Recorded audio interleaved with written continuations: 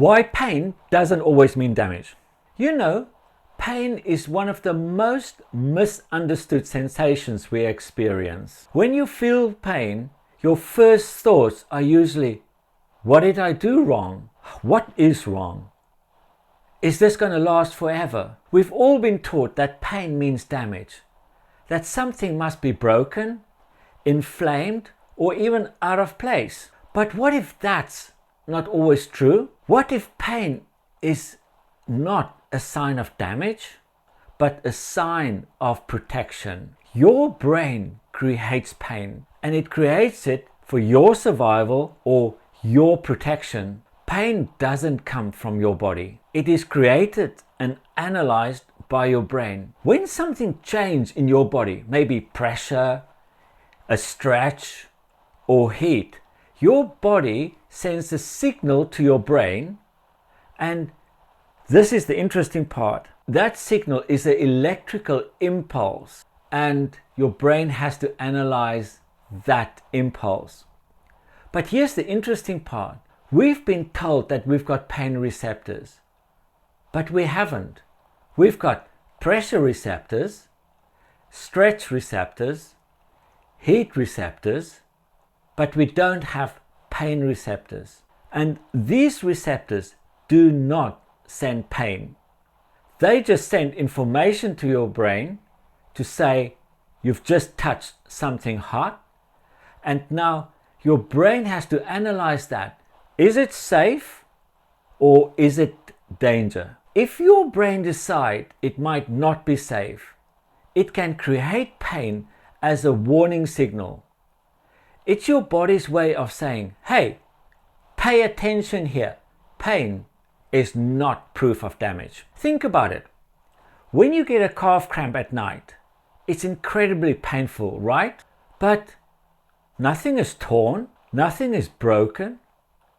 It is your brain, or the pain is your body's way of telling you to relieve the pressure, change position. Especially at night, it's your brain asking for more oxygen.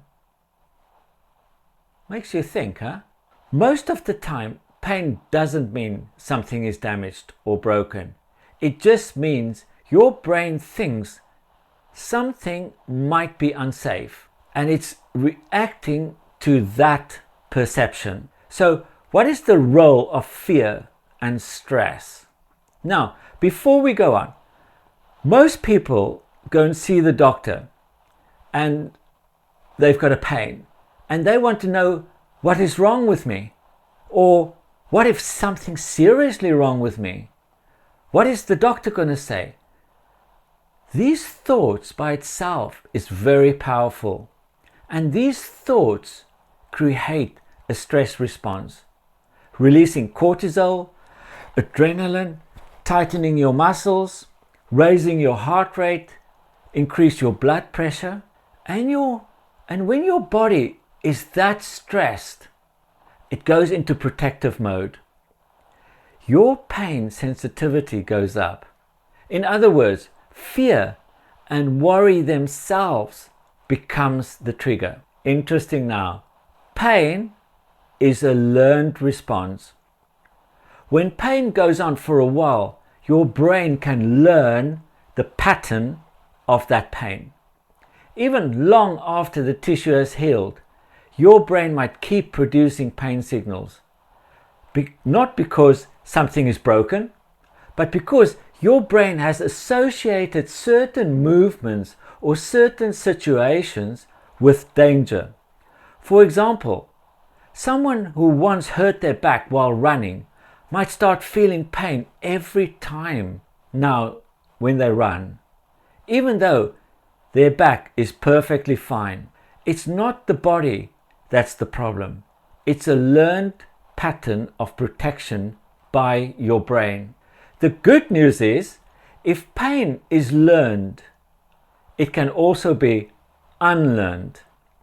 And that's exactly what we do with neuroplastic pain retraining. We help the brain to feel safe again. I want to help you with some reframing pain. And here's something to think about. We often hear running wears out your knees or the sun causes skin cancer.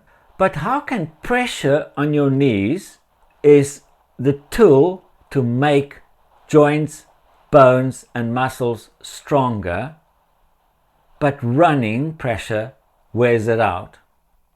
Doesn't make sense, huh? Or the best one, how can sunlight one day cause cancer and the next day it creates vitamin D? Because we know we get vitamin D from the sun, or not vitamin D from the sun, but the body makes vitamin D from the sun's high frequencies. So it doesn't work like that. The sun can't do one thing one day and another thing another day. It's not the activity of the sun that decides your outcome. It is you that decide the outcome, not the sun. You are blocking the properties from the sun by wearing sunglasses, putting on sun cream, all of them are toxic, or even just by wearing clothes outside. Sounds funny, but we need that sun on our skin and in our eyes to actually heal ourselves, not to create a problem. So next time you feel pain, remind yourself, first ask yourself, did I fall? No. What I want to say about pain, all pain is real. I'm not saying pain is in your mind. All pain is real and you feel it in different parts of your body. But it doesn't mean your body is damaged.